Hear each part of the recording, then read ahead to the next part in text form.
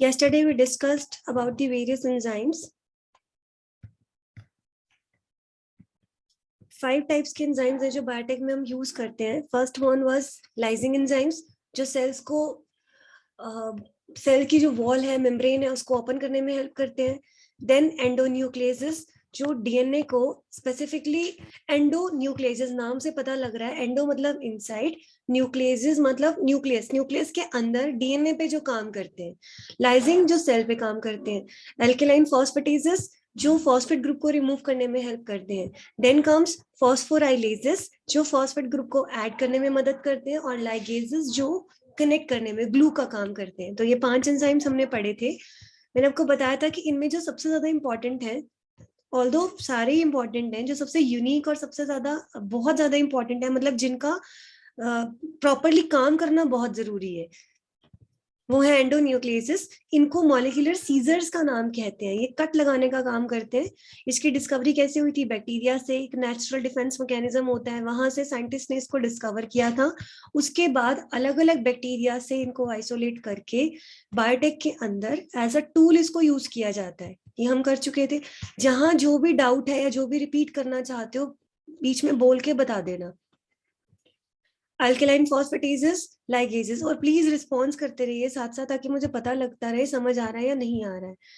Next हम देख रहे थे, जहां हमारा लेक्चर खत्म हुआ था, कि एंडोन्यूक्लियसेस जो है वो जेनेटिक मटेरियल को कट कैसे करते हैं. अब देखो, ये भी कट लगाने का काम कर रहे थे, और जो लाइजिंग एंजाइम है वो भी सेल को ब्रेक करने का काम करते हैं, ओपन करने का काम करते हैं. लेकिन तो फिर ये एंडोन्यूक्लियसेस से हम सेल को ब्रेक क्यों नहीं कर सकते? द रीजन इज कि ये एक पर्टिकुलर सीक्वेंस पे ही कट लगाते हैं, और उस सीक्वेंस को हम कहते हैं पैलिंड्रोम. और आपको पता है कि पैलिंड्रोम जेनेटिक मटेरियल में ही देखने को मिलती है. पैलिंड्रोम का मतलब क्या होता है? एक ऐसी सीक्वेंस जिसको आपने 5 to 3 में पढ़ना है सपोज, तो वो सेम रीड की जाएगी. अगर मैं इस सीक्वेंस को 5 to 3 डायरेक्शन में रीड करूं, तो it will be read as GAATTC. और ऐसे यहां से मैं रीड करूं GAATTC, तो इसको पैलिंड्रोम कहते हैं. ये सिर्फ पैलिंड्रोम पे कट लगाते हैं. और एंडोन्यूक्लियसेस जो है, 2 तरह के कट्स प्रोड्यूस करते हैं, एंड प्रोड्यूस करते हैं. एक होते हैं स्टिकी एंड्स, और एक होते हैं ब्लंट एंड्स. बायोटेक में जो प्रेफर किए जाते हैं वो स्टिकी एंड को हम ज्यादा प्रेफर करते हैं. Type of palindrome will decide the type of the cut, type of the ends. जैसे इस तरीके की पैलिंड्रोम है, कोई एंडोन्यूक्लियस है, वो जी और ए के बीच में कट करता है, तो एक कट यहाँ लगेगा और एक कट यहाँ लगेगा, जो ब्लू कलर से दिखा है. तो अब इसमें क्या होगा? ये जी अलग हो गया, ये 5 बेसेस अलग हो गए. ऐसे यहाँ पे ये 5 बेसेस अलग हो गए. 5 आने चाहिए थे, मैंने 4 लिखे थे. 5 बेसेस अलग हो गए, इधर से जी अलग हो गया. तो इस तरह के जो कट बनेंगे, एक कट छोटा हुआ और एक लंबा सा कट बन गया. यहाँ पे क्या हुआ? एक कट बहुत लंबा था और फिर एक छोटा सा था. तो ये जो ऐसे कट प्रोड्यूस हुए हैं, हम इसको इस तरह से मेंशन कर सकते हैं. एक कट ऐसा बन गया और एक कट इस तरीके से बन गया. जब इनको जैसे पजल जोड़ते हैं हम, उस तरह से ये कट बन गया. ठीक है, तो इस कट को क्या बोलते हैं? स्टिकी एंड, जिसका एक एंड बड़ा है और एक एंड छोटा है. अगर यूनिफॉर्म कट लगता है, मतलब बराबर बराबर सा, तो उसको हम कहते हैं ब्लंट एंड. जब इस तरह के एंड होते हैं, ये स्टिकी एंड बनेगा या ब्लंट एंड बनेगा, ये एंजाइम पे डिपेंड नहीं करता. ये डिपेंड करता है कि पैलिंड्रोम कैसी है. राइट, पैलिंड्रोम कैसी है ये डिसाइड करती है कि कैसा एंड प्रोड्यूस होगा. और स्टिकी एंड जब प्रोड्यूस होते हैं ना, तो फॉस्फोडाइस्टर बॉन्ड जो इनके बीच में थे वो भी टूटेंगे, और इन जो 2 स्ट्रैंड के बीच में हाइड्रोजन बॉन्ड था, ये भी ब्रेक हो जाएगा. लेकिन ब्लंट एंड के केस में सिर्फ ये फॉस्फोडाइस्टर बॉन्ड टूटा है. ठीक है, लेकिन हाइड्रोजन बॉन्ड अभी नहीं टूटा. ये सेगमेंट इसके साथ अटैच है, ये सेगमेंट इसके साथ अटैच है. बायोटेक के अंदर जो हम प्रेफर करते हैं वो स्टिकी एंड्स करते हैं, क्योंकि स्टिकी एंड के साथ जीन को, डीएनए को कनेक्ट करना इजी होता है. ठीक है, और दूसरी बात, जिस एंडोन्यूक्लियस से आप अपना जीन ऑफ इंटरेस्ट कट करोगे, उसी एंडोन्यूक्लियस से हम वेक्टर भी कट करेंगे, ताकि सेम एंड प्रोड्यूस हो.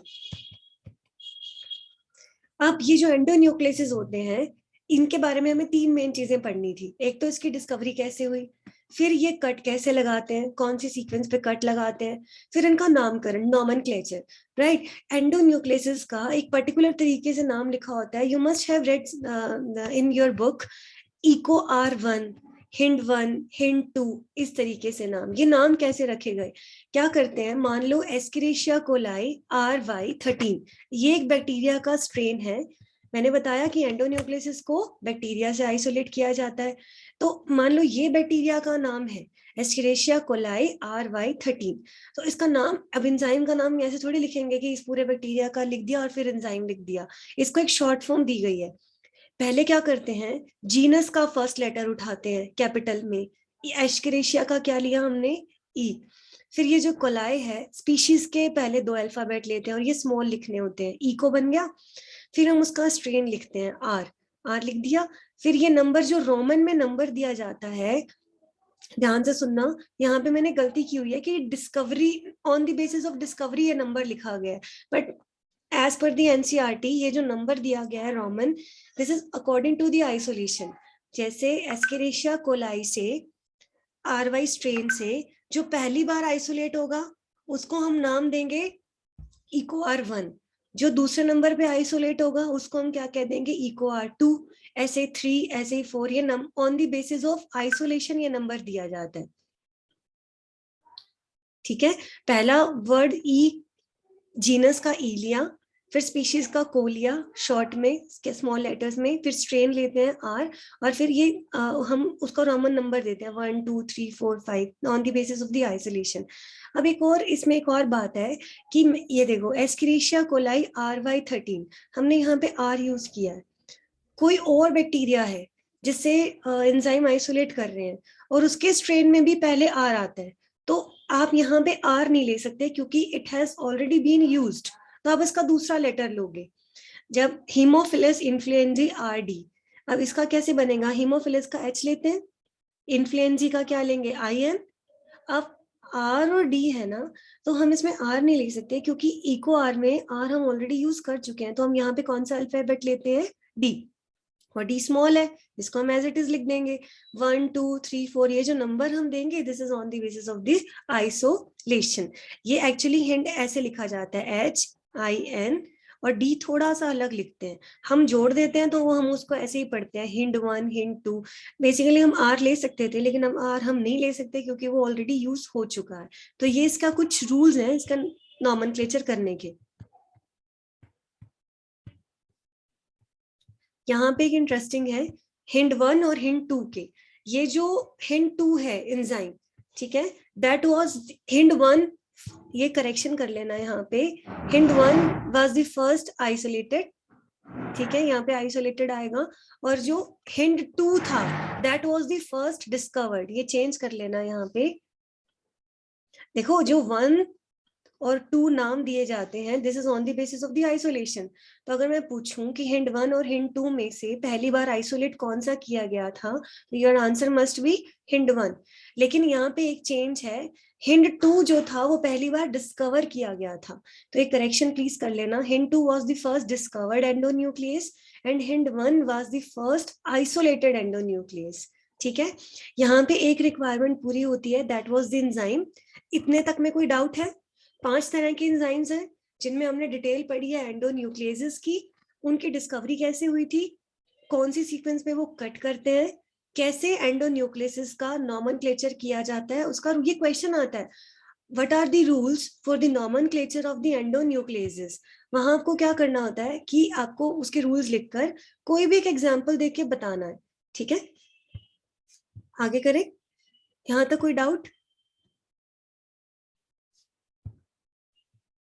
रिप्लाई फास्ट बेटा।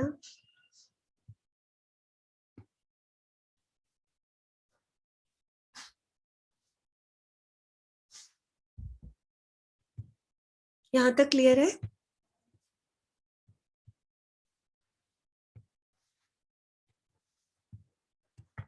तुम बीच में बोल दिया करो, कोई दिक्कत नहीं है।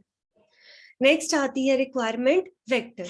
बायोटेक जब भी आप करने जाते हो, एक अप्लाइड साइंस है, एक टेक्नोलॉजी है जिसको यूज करके हमें कुछ बहुत ऐसा बनाना है जो ह्यूमंस के लिए बहुत ज्यादा फायदेमंद हो।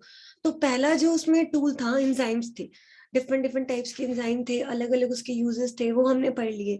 सेकेंड रिक्वायरमेंट आती है हमारी वेक्टर्स की। ठीक है, अब वेक्टर क्या होता है इन द बायोटेक्नोलॉजी, हमने ह्यूमन फिजियो में भी वेक्टर पढ़ा था, आई होप याद होगा तुम्हें, जैसे मच्छर होते हैं, मलेरिया कॉज करते हैं, मलेरिया फैलाते हैं, तो वो मच्छर वेक्टर का काम करते हैं, लेकिन पैथोजन कौन था वहां पे? प्लाज्मोडियम। ऐसे ही जो मक्खियां होती हैं, ये भी वेक्टर का काम करती हैं। वेक्टर का मतलब होता है व्हीकल, मूव मूव करता है जो एक जगह से दूसरी जगह पे। ऐसे ही बायोटेक में वेक्टर का मतलब होता है a DNA molecule which is used as a vehicle to artificially carry the genetic material into another cell।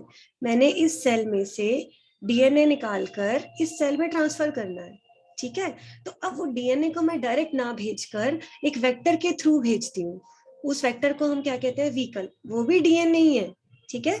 हमने इस डिजायर्ड जीन को यहाँ से उठा के यहाँ भेजना है, तो इसको डायरेक्टली नहीं भेजकर हम क्या एक वेक्टर की मदद से भेजते हैं। इस वेक्टर को व्हीकल कहते हैं और ये खुद भी डीएनए मॉलिक्यूल ही है, ठीक है? It is a biological tool in the recombinant DNA technology. दो टाइप के वेक्टर होते हैं, cloning vector and expression vector. ये बुक में नहीं है बट ये इंपॉर्टेंट है समझना, क्लोनिंग और एक्सप्रेशन वेक्टर। क्लोनिंग वेक्टर का मतलब होता है small pieces of the DNA which have the ability and used to introduce foreign gene of interest into the host cell, ठीक है? They can be stably maintained in the host cell। Cloning का simple वाले vector जो एक piece है DNA का, एक cell से डीएनए को उठाकर दूसरी सेल में लेकर जाता है, वहां पे मेंटेन भी हो जाएगा, ठीक है? इसके एग्जांपल हैं plasmid, cosmid, phases, bacterial artificial chromosomes, yeast artificial chromosome. ये हमने ह्यूमन जीनोम में पढ़े थे, ध्यान होगा। तो दूसरे टाइप के वेक्टर्स आते हैं एक्सप्रेशन वेक्टर।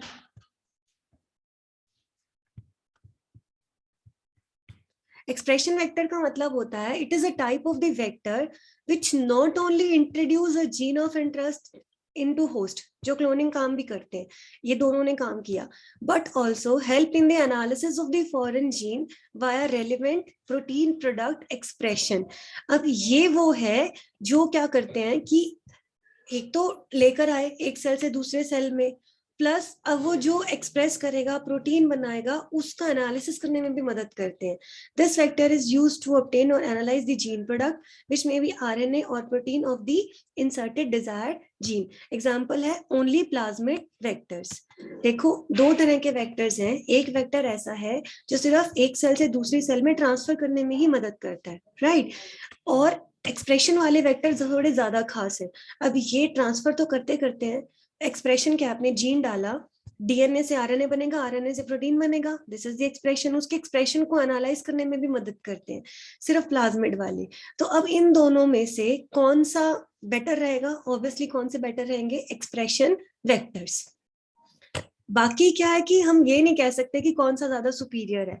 ये बायोटेक में रिक्वायरमेंट के बेसिस पे यूज किए जाते हैं। बहुत सारी चीजें देखनी पड़ती हैं, बहुत सारी चीजों को एनालाइज करना पड़ता है, इवन बजट तक देखना पड़ता है, सेल की टाइप देखनी पड़ती है, कौन सा डीएनए आपको ट्रांसफर करना है ये देखना पड़ता है। उसके बेसिस पे बायोटेक्नोलॉजिस्ट डिसाइड करते हैं कि उसको क्लोनिंग वेक्टर जरूरत पड़ेगी या एक्सप्रेशन। मेन तो होस्ट सेल देखनी पड़ती है कि वो कौन से वाले को सक्सेसफुली एकोमोडेट कर पाएगी, ठीक है? तो दो तरह के वेक्टर हैं, क्लोनिंग एंड एक्सप्रेशन। एक कॉमन काम दोनों करते हैं, डीएनए को एक सेल से उठा के दूसरे सेल में लेकर जाना, ये एक्स्ट्रा काम करता है जो उसके एक्सप्रेशन के एनालिसिस करने में भी मदद करता है, ठीक है? अब एक अच्छा वेक्टर जो होगा उसमें कौन कौन सी प्रॉपर्टीज होनी चाहिए? मतलब ऐसे ही थोड़ी ना कोई भी डीएनए मॉलिक्यूल उठाकर हम एज अ वेक्टर यूज करना स्टार्ट कर देंगे, नेवर एवर, ठीक है? तो कुछ फीचर्स होने चाहिए। फर्स्ट है ओरिजिन ऑफ द रेप्लिकेशन, कि उस वेक्टर के पास एक ओराई होना चाहिए, ओरिजिन ऑफ रेप्लिकेशन होना चाहिए, ठीक है? ओरिजिन ऑफ रेप्लिकेशन होगा तभी तो वो रेप्लिकेट करेगा। ये वेक्टर है, ठीक है? इसमें मैंने जीन ऑफ इंटरेस्ट इंसर्ट कर दिया, जब तक ये खुद रेप्लिकेट नहीं होगा ये भी रेप्लिकेट नहीं होगा, तो फायदा क्या है? तो सबसे पहले वेक्टर के पास कैपेबिलिटी होनी चाहिए खुद को रेप्लिकेट करने की, राइट? ये पढ़ लेना खुद से। A vector should be less than 100 kb in size। मतलब छोटे वेक्टर्स को कैरी करना इजी होता है, ट्रांसफर करना इजी होता है, ठीक है। इजीली इसको आइसोलेट करना, प्यूरिफाई करना आसान हो। मान लो किसी बैक्टीरिया से आपको प्लाज्मिड निकालना है तो उसको आइसोलेट करना और प्यूरिफाई करना भी इजी होना चाहिए, छोटे साइज का होना चाहिए, ओरिजिन ऑफ रेप्लिकेशन उसके अंदर होना चाहिए ताकि वो रेप्लिकेट कर सके, ठीक है।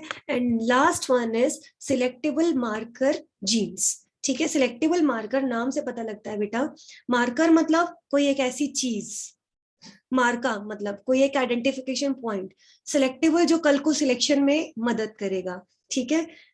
These marker gene must be there in an ideal vector as it will help in the selection of the transformant and elimination of the non transformant. Please अपनी कॉपी पेन पे अभी जो मैं समझाऊंगी उसे पूरा अच्छे से लिख लेना।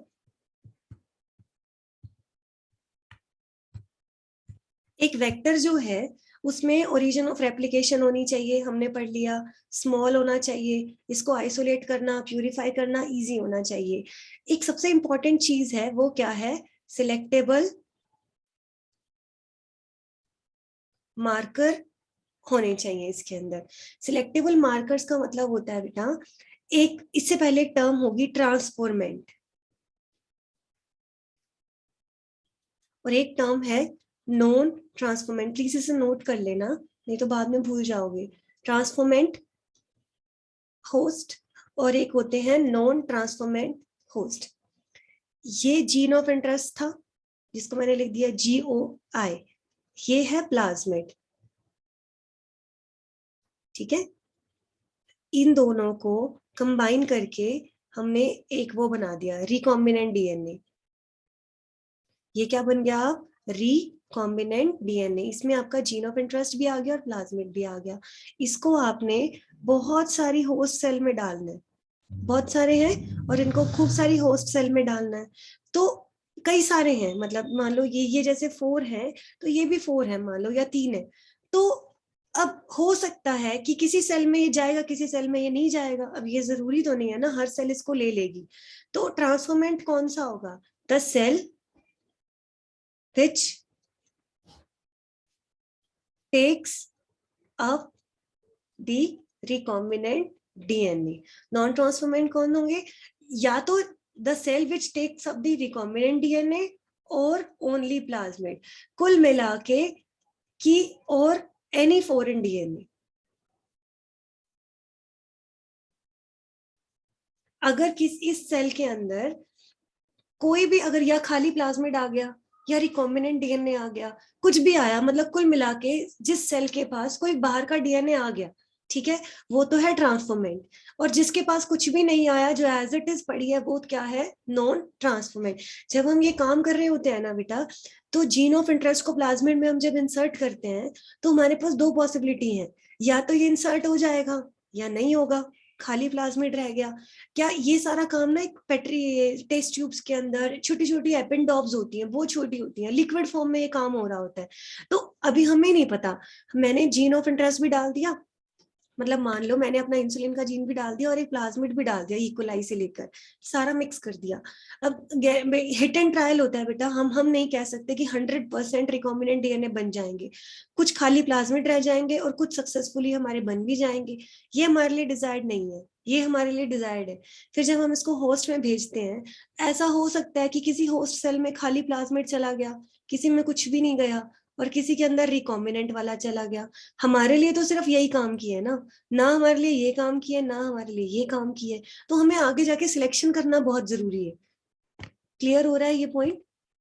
जब आप अपने DNA को जो आपका इंटरेस्टेड वाला है, जिसको आपने ट्रांसफर कराना है, प्लाज्मिड के साथ ऐड करते हो वेक्टर के साथ, तो 2 पॉसिबिलिटी हैं, वेक्टर उसको ले भी सकता है, वेक्टर उसको नहीं भी ले सकता। चलो ठीक है, आपको नहीं पता कि किसने लिया किसने नहीं लिया, फिर आपने उसको होस्ट में ट्रांसफर किया। अब होस्ट में भी तो है ना, हो सकता है होस्ट सेल खाली रह जाए, कुछ भी ना ले पाए, हो सकता है उसमें खाली प्लाज्मिड चला जाए, उसका हमने क्या करना है, हो सकता है उसके पास रिकॉम्बिनेंट DNA चला जाए। हमें तो सिर्फ ये चाहिए, जिस होस्ट के पास रिकॉम्बिनेंट DNA गया है, हमें सिर्फ उससे मतलब है, बाकी हमें किसी से भी मतलब नहीं है। यहां तक समझ आया? ट्रांसफॉर्मेशन का सिंपल मतलब होता है कि किसी भी सेल के अंदर कोई भी फॉरेन DNA का एंटर कर जाना, ठीक है। उसके बाद कोई ना कोई क्लोनिंग साइट्स होनी चाहिए। वेक्टर को कट लगाना पड़ेगा, आपको पता है राउंड फॉर्म में अगर वेक्टर है तो उसको कट लगाओगे तभी तो वो ओपन होगा, और कट तभी लगेगा जब उसके पास कोई ना कोई साइट होगी। एंडोन्यूक्लियस एक पर्टिकुलर साइट पे कट करते हैं। मैं आपको एक इमेज दिखाती हूँ, ये दिख रही है, ये बड़ा इंपॉर्टेंट वेक्टर है जो सबसे ज्यादा यूज होता है, PBR322। पी का मतलब है प्लाज्मिड, बी का मतलब है बॉलीवर, आर का मतलब है रॉड्रिग्यूस। 322 इसका नंबर दिया गया था लैब में। ये बी और आर बॉलीवर एंड रॉड्रिग्यूस साइंटिस्ट के नाम थे। अब ये देखो तुम, इस वेक्टर के पास एक ओरी है, ओरिजिन ऑफ रेप्लिकेशन है, ठीक है, ampicillin resistance gene, tetracycline resistance gene, ये एंटीबायोटिक रेजिस्टेंस जीन है। ये तो है सिलेक्टेबल मार्कर्स जो कल को सिलेक्शन में मदद करेंगे। सिलेक्शन प्रोसेस थोड़ा सा ट्रिकी है समझना, अभी मैं बाद में समझाऊंगी।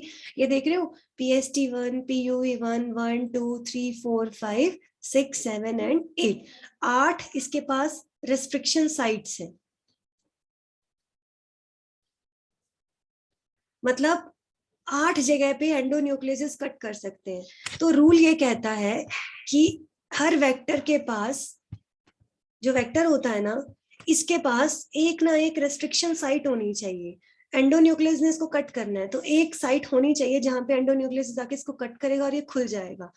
बट रूल ये भी कहता है कि एक एंडोन्यूक्लियस के लिए एक ही साइट होना चाहिए, one site for one endonuclease. क्यों?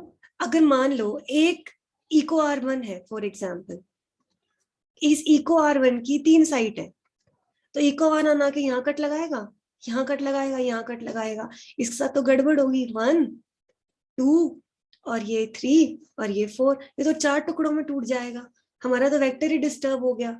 हमें सिर्फ उसको खोलना है, ओपन करना होता है। इसीलिए कहते हैं कि एक एंडोन्यूक्लियस के लिए सिर्फ एक साइट होनी चाहिए ताकि एक जगह कट लगे और वो खुल जाए। अगर एक एंडोन्यूक्लियस के लिए कई सारी साइट होंगी ना, तो वो जगह जगह कट लगा के उसको टुकड़ों में डिवाइड कर देगा, जो हमारे लिए काम खराब हो जाएगा। ठीक है, PBR322 में गौर करना, 8 साइट्स हैं और 8 अलग अलग एंजाइम की है। 1, 2, 3, 4, 5, 6, 7, 8, 8 अलग अलग की है। तो यहाँ पे कोई दिक्कत नहीं है। अगर एक टाइम पे साल 1 यूज करते हैं तो साल 1 एक ही कट लगाएगा, बाम HI यूज करते हैं तो वो भी एक कट लगाएगा, हिंट 3 यूज करते हैं तो एक ही कट लगाएगा। यहाँ पे फायदा ये है कि अगर कोई बायोटेक्नोलॉजिस्ट PBR322 पे काम कर रहा है ना, तो उसके पास 8 ऑप्शंस है कि तू 8 में से कोई भी एंजाइम यूज कर ले जो इजीली अवेलेबल है। ठीक है, क्योंकि उसके पास 8 साइट्स है। I hope you are getting my point.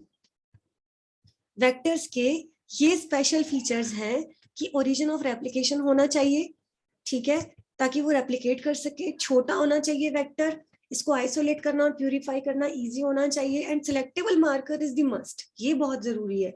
ये कल को सिलेक्शन प्रोसेस में बहुत हेल्प करता है। सिलेक्शन किसकी? ट्रांसफॉर्मेंट और नॉन ट्रांसफॉर्मेंट की। ट्रांसफॉर्मेंट वो होते हैं ऐसे होस्ट जिनमें कोई ना कोई फॉरेन DNA आ गया है, अब वो हमारा डिजायर्ड वन भी हो सकता है और अनडिजायर्ड भी हो सकता है। नॉन ट्रांसफॉर्मेंट जिनमें कोई भी एक फॉरेन DNA नहीं आया। क्लोनिंग साइट का मतलब होता है रिकॉग्निशन साइट होनी चाहिए रेस्ट्रिक्शन एंडो न्यूक्लियस के लिए, एक के लिए एक ही होनी चाहिए। ठीक है, अब example of the plasmid vectors, सबसे ज्यादा जो कॉमनली यूज होते हैं PBR322 एंड PUC1819। पी का मतलब है प्लाज्मिड, बी का मतलब है बॉलीवर, आर का मतलब है रॉड्रिग्यूस। 1977 में इसको डेवलप किया गया था। 322 इसको नंबर दिया गया था इसकी लैब में, क्योंकि इसी लैब में इसी साइंटिस्ट ने और बहुत सारे वेक्टर्स बनाए थे, उनको आइसोलेट किया था। इसके कैरेक्टरिस्टिक फीचर आपको पता होने चाहिए। इसका जो साइज होता है, DNA है, ठीक है, तो DNA बेस पेयर तो होंगे ही होंगे। 4363 4363 बेस पेयर होते हैं। पहला आर्टिफिशियल क्लोनिंग प्लाज्मिड था ये। इसके पास 2 एंटीबायोटिक रेजिस्टेंस जीन होते हैं, एम्पिसिलिन एंड टेट्रासाइक्लिन। इसका यूज अभी मैं आगे बताऊंगी कैसे होता है।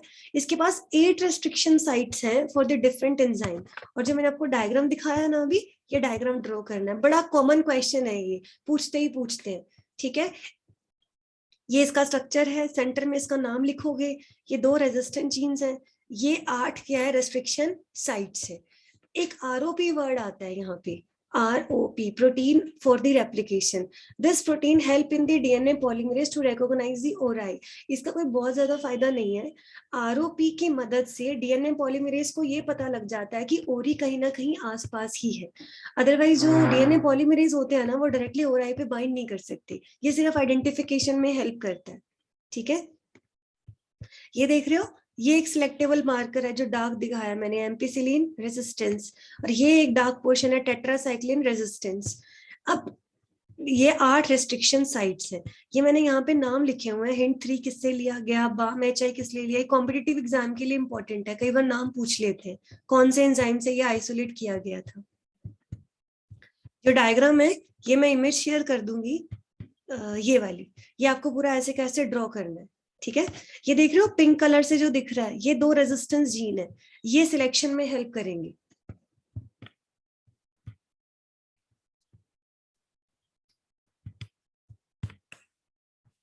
उसके बाद अलग फैमिली आती है वेक्टर्स की, PUC 1819. ये भी PBR 322 का ही डेरिवेटिव है. काफी स्मॉल होता है ये, उससे काफी छोटा है. इसमें एक ही रेजिस्टेंट जीन होता है एम्पिसिलिन, उसमें 2 थे. उसका साइज कितना था, 4363 बेस पेयर. इसका लगभग उसका हाफ है. ठीक है, UC का, P का मतलब है प्लाज्मिड, और UC का मतलब है यूनिवर्सिटी ऑफ कैलिफोर्निया, जहां इसको डेवलप किया गया था. ठीक है, उसके बाद अलग तरीके के वेक्टर्स होते हैं जो हम स्पेशली प्लांट्स एंड एनिमल्स में यूज करते हैं. एक है TI plasmid, tumour inducing plasmid.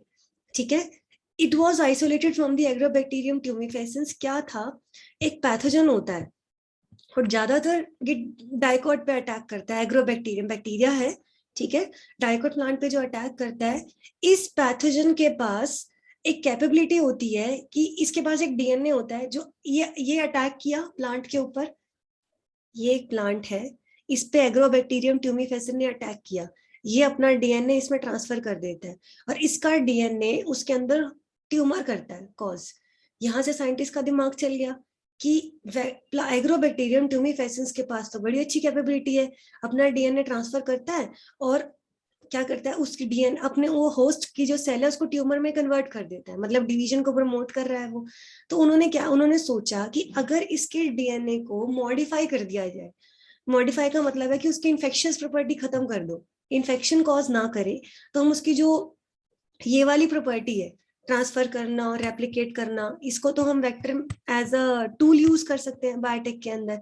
तो साइंटिस्ट ने इससे एक नया वेक्टर बनाया था. इसके पास 2 पावर होती है, go and bind to the host DNA and carry the desired gene along with it. एक तो इसके पास ये है कि ये जाएगा होस्ट सेल के अंदर और साथ में अपना डिजायर्ड जीन भी ले जाएगा.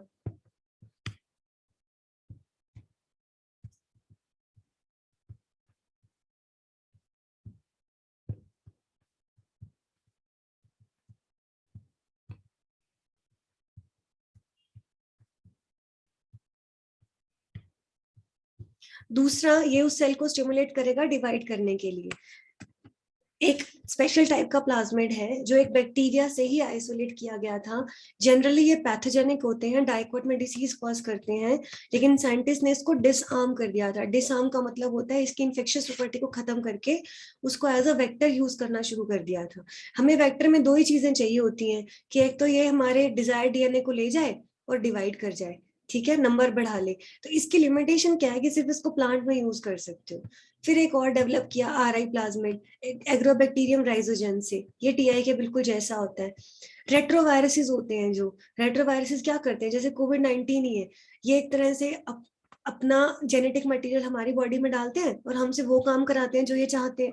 तो साइंटिस्ट ने कहा कि इनको भी डिसआर्म करके, डिसआर्म मतलब इनकी इन्फेक्शियस प्रॉपर्टीज को खत्म करके हम एज अ वेक्टर इनको यूज कर सकते हैं.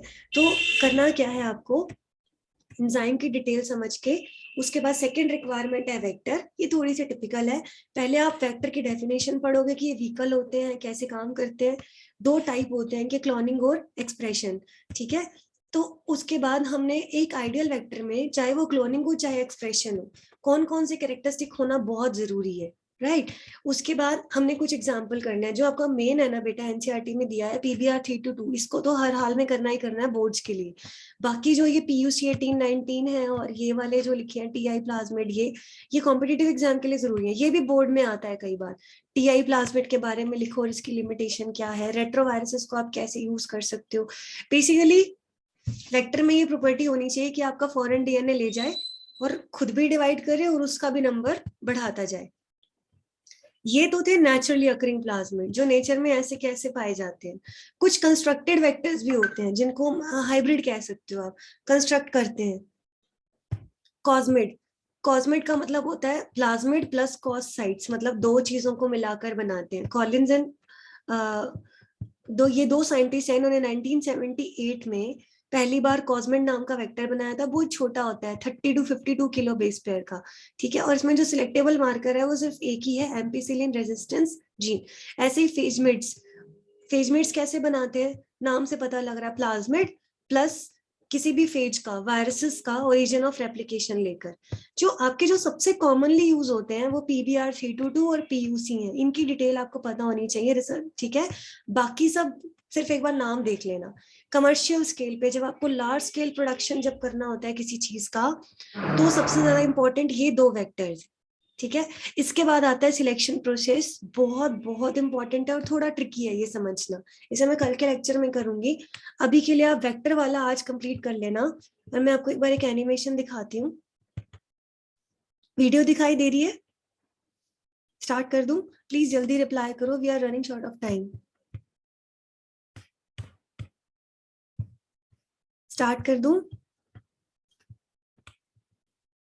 अभी के लिए तुमने बायोटेक की डेफिनेशन बायोटेक के दो principle genetic and chemical engineering दो रिक्वायरमेंट पढ़ी है एंजाइम एंड वेक्टर ठीक है अगला टॉपिक हम कल करेंगे इतना इस एनिमेशन में दिखाया है The two core techniques that enable the birth of modern biotechnology are genetic engineering, the technique of altering the nature of genetic material and/or introduction of it into another host organism to change its phenotype.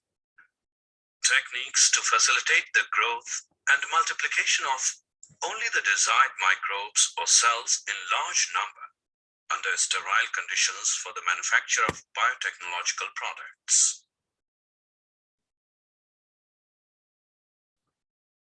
Development of principles of genetic engineering. Hybridization is the traditional method used in plant breeding and animal breeding for the improvement of the products. Very often it leads to the combination of undesired genes. मैंने बताया था ना hybridisation में क्या होता है आप दो प्लांट का हाइब्रिड बनाते हो डिजायर्ड और अनडिजायर्ड दोनों आएंगे बायोटेक का एडवांटेज क्या है कि आप जीन सिलेक्ट कर सकते हो जो आप चाहते हो सिर्फ उसी को ही ट्रांसफर करोगे अनडिजायर्ड को आप ट्रांसफर नहीं करोगे with desired genes. Recombinant DNA can be developed by genetic engineering to overcome the limitation of hybridization. The host DNA combined with foreign DNA or artificial DNA is called as recombinant DNA. An origin of replication is a sequence of DNA at which replication is initiated on a chromosome, plasmid, or virus. For small DNAs, including bacterial plasmids and small viruses, a single origin is sufficient. Larger DNAs have many origins, and DNA replication is initiated at all of them. समझ आ रहा है जब DNA के size पे depend करता है छोटा DNA है तो उसमें एक ओरिजिन ऑफ रेप्लिकेशन सफिशिएंट होता है like in case of the plasmid viruses ठीक है लेकिन अगर बड़ा डीएनए जैसे ह्यूमन डीएनए तो उसमें मल्टीपल ओरिजिन ऑफ रेप्लिकेशन होंगे Construction of an artificial recombinant DNA molecule. When the alien DNA is linked with the alien का मतलब है बेटा फॉरेन ठीक है जो सेल का अपना नहीं है कोई बाहर से ऐड किया गया origin of replication, so that the DNA can replicate and multiply in the host organism. This is called as DNA cloning. Construction of artificial recombinant DNA. Plasmids are extrachromosomal DNA, which can transfer the genes or DNA from one bacterium to another. They isolate the antibiotic resistance gene from the plasmid of Salmonella typhimurium by cutting with restriction enzymes. The isolated gene was linked to the plasmid by DNA ligase enzyme. This makes the recombinant DNA in vitro, that is laboratory conditions. पहला artificial recombinant DNA किसने बनाया था? Stanley and Cohen ने salmonella typhimurium से इन्होंने क्या किया था? They isolated the antibiotic resistance gene from the plasmid of the salmonella typhimurium. ये क्वेश्चन बहुत बार पूछते हैं कि कौन से किसका एंटीबायोटिक रेजिस्टेंट जीन लिया था और फिर उसको बैक्टीरिया में प्लाज्मिड में ऐड कर दिया था। दिख रहा है, ये ब्लू वाला फॉरेन जीन हो गया और ये वेक्टर हो गया।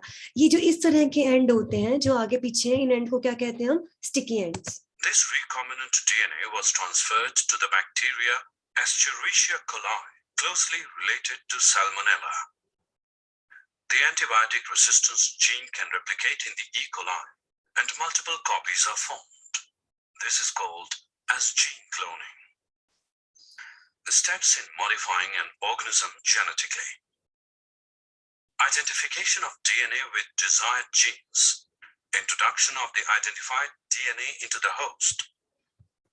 Maintaining the introduced DNA in host and transferring the DNA to its progeny. Tools of recombinant DNA technology. Restrictionist progeny. ये समझ में आया? ये कह रहे हैं कि आप बायोटेक में क्या करते हो? आप एक ऑर्गेनिज्म को जेनेटिकली मॉडिफाई कर देते हो, सिंपल, उसके जीन्स के साथ छेड़खानी करते हो, लेकिन किसी अच्छी चीज के लिए करते हो, ह्यूमन वेलफेयर के लिए करते हो। तो आपको क्या क्या करना होता है? First of all, identification of the DNA with the desired gene. पहले तो हमें डिजायर्ड जीन वाला आइडेंटिफाई करना है, फिर उसको हमने किसी एक होस्ट में ट्रांसफर करना है, फिर हमें ये देखना है, ये चेक करना है कि जो हमने डीएनए उस होस्ट में ट्रांसफर किया है वहां पे वो मेंटेन हो और कल को उसकी प्रोजेनी में भी आगे वो जाए, तभी तो हमारा सक्सेसफुल हो पाएगा। एक सेल में हमने ट्रांसफर कर दिया, उससे हमारा काम तो नहीं चलता, आगे वो प्रोजेनी में भी जाना चाहिए। ये प्रोसेस है। इसके टूल कौन कौन से हैं? Tools of recombinant DNA technology. Restriction enzymes. Restriction enzymes belong to a class of enzymes called as nucleases. These enzymes can cut the DNA double helix at specific sequences. These are of two types: exonucleases, endonucleases. Exonucleases. These enzymes ये मैंने नहीं बताया था, आप यहाँ से note कर लीजिएगा। remove nucleotides from the ends of the DNA. Endonucleases.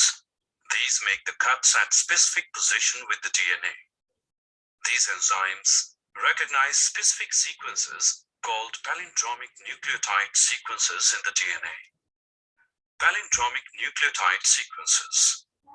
It is the sequence of the base pairs that read same on the strands when orientation of reading is kept the same.